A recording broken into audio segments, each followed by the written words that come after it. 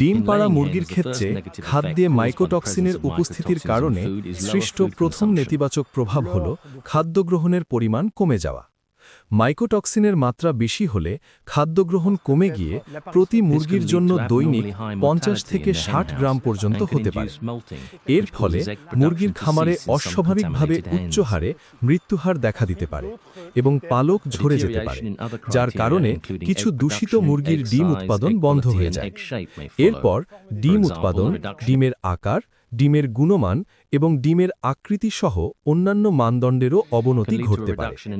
উদাহরণস্বরূপ, ডিম পাড়া মুরগির খাদ্য গ্রহণ প্রায় 10 গ্রাম কমে গেলে ডিমের আকার 2 থেকে 3 গ্রাম পর্যন্ত কমে যেতে পারে।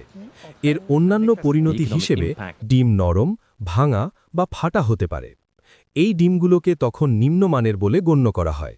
খাদ্যে মাইকোটক্সিনের উপস্থিতির অর্থনৈতিক প্রভাব উৎপাদিত প্রতি কিলোগ্রাম ডিমের জন্য 3 ইউরো সেন্ট পর্যন্ত হতে পারে।